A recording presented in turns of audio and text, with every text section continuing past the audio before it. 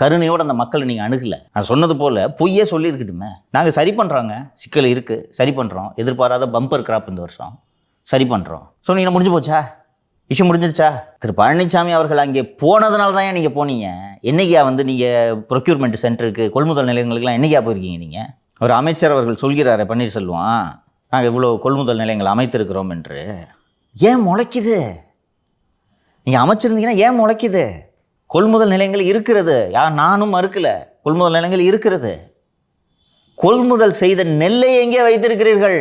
ஊரில் உறவினர்கிட்ட ஃபோன் பண்ணி கேட்கும்போது என்னப்பா ஆச்சு அப்படின்ட்டு விவரத்தை கேட்கும்போது, அண்ணே சீக்கிரம் பண்ணவங்க, அதாவது அக்டோபர் மாதம் ஃபஸ்ட் வீக்லேருந்து அறுவடை ஸ்டார்ட் ஆகிடும், செப்டம்பர் எண்டுலேருந்து அறுவடை ஸ்டார்ட் ஆகிடும். ஃபஸ்ட்டு கொடுத்தவங்க எல்லாம் காய வச்சு பட்டு பட்டுன்னு ஏற்றி அனுப்பிச்சிட்டாங்க. இப்போ அக்டோபர் 2வது வாரத்தில் உன்னோட நெல் அறுவடைக்கு தயாராக இருக்குது, அறுக்க முடியாது. அந்த அம்மா ஏன் அறுக்காமல் வச்சுருக்கு? அந்த அம்மாவுக்கு தெரியாதா கதிர் தலை சாஞ்சிடுச்சு, முளைக்க போகுதுன்னு தெரியாதா? அறுத்து எங்கே கொண்டு போவ?